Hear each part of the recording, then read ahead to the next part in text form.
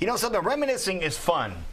Rick Davis from Fidelity Bank, but looking ahead toward the future could be even more fun. Well, the past does repeat itself in the future, but you need to know what part is coming next. And I think it helps in all your decisions, especially about housing, which a lot of times is the biggest investment in your life. Now, wouldn't it be nice, you guys, if we could somehow find somebody that could possibly forecast what's going to happen in the future when it comes to finances?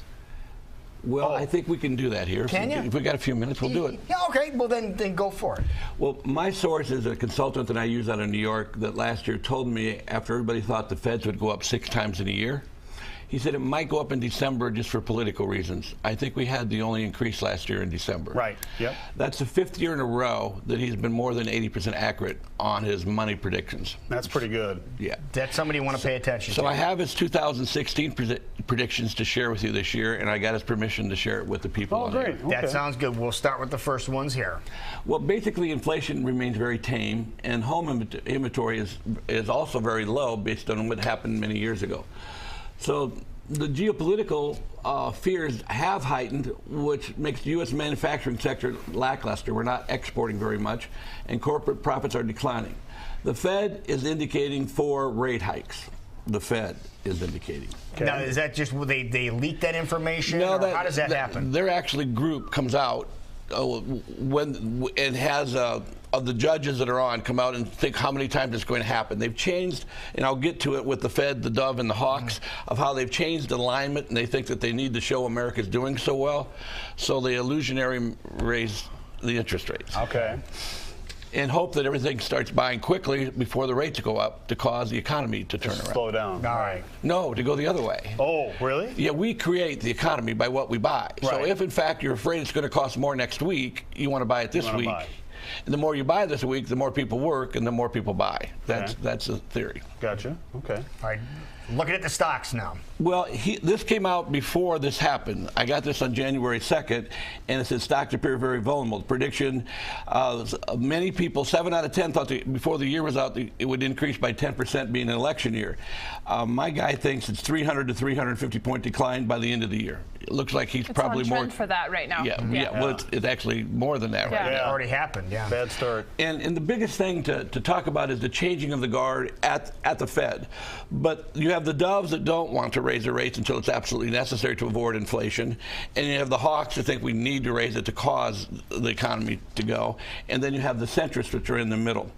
And in 15, we had more doves. In 16, it's increased more hawks.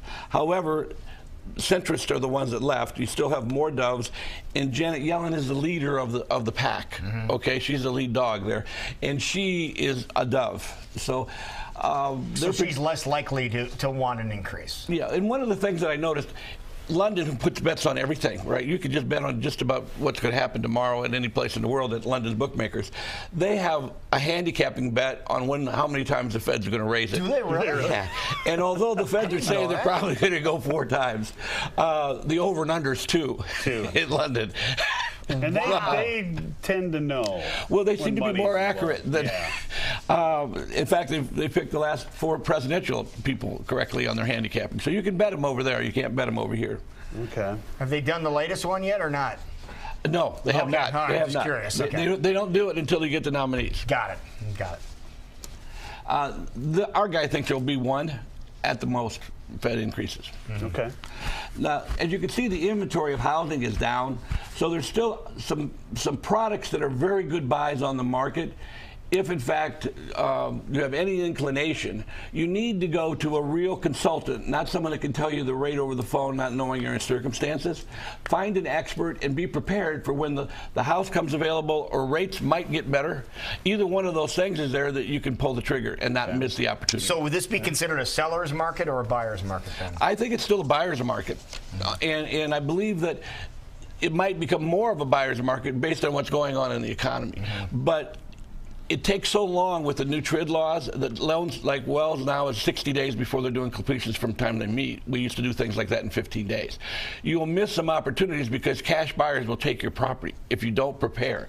So if you're thinking about doing anything in the next 7 to 9 months, find your qualified person now. Hopefully it's Fidelity Bank, but find somebody that's real not someone that just tells you a rate on the phone and doesn't ask for all your information. If they just have a conversation, then you might not really qualify, but they think that they have you. Okay. Make sure that you really have a qualification, so then your offer is accepted just like a cash offer, and you get to protect yourself on the goodbye. Okay, that's the key. Good idea. Good idea. Rents are rising, so those that are renting really need to look hard at trying to find a way to buy a house. They're expected to go up 4% more again this year, and they went up 17% in the last 3 years. We were talking to somebody at the airport, and they said that their rent has increased steadily 25% over the past 3 years. Wow, that's and that was a norm. Whenever rent came due, they signed your contracts, your leases, boom, boom, boom. And they kept inching it up 25%. And as far as what's going to happen with the rates, inflation is the driver of rates. Inflation causes rates to go up because more people are buying the same money and it's available to raise the price.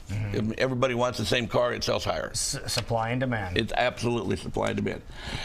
We believe it's going to be low inflation, and that should keep rates very variable, very, very favorable. Fed is still going to buy the mortgage bonds and reinvest in the mortgage bonds, but in case people didn't realize it, the crash of 2008, all the funds that every one of us lost money in as taxpayers has been repaid with profit in the highest profit thing, market concept. Money in the government has been mortgage rate increases that have supplied them with more profit than they've ever had, paid back all the debt from 2008. Not many people come on TV and say, hey, we got it all back. Let's do the right thing going forward. But you did. Yeah, all of it. All of it. Not part of it, all of it. All of it's back. Okay. I believe it's possible that we'll see some times we're going to actually have a drop in rates that are dramatically low now. They're 40% lower than traditional for the last 40 years, and they're as low as they've been for any length of time since 1959. Do you remember what the current rate is now? Well, again, I do know exactly what it is, but I have to put all these disclaimers on it, though. It's very low. Okay. It's in the threes, right?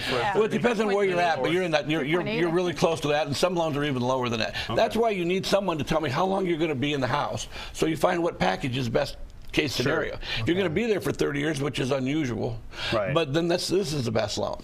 If you're going to be there for 10, then this is the best loan on a 30-year payment. Okay. So the trick is to have a professional giving you the counseling. It might save you maybe $10,000 to $20,000 on the same transaction. Wow.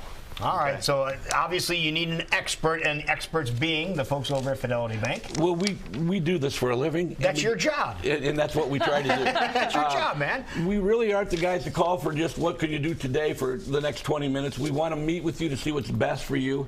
We have a very, very high referral base. We end up doing almost $200 million in mortgages last year.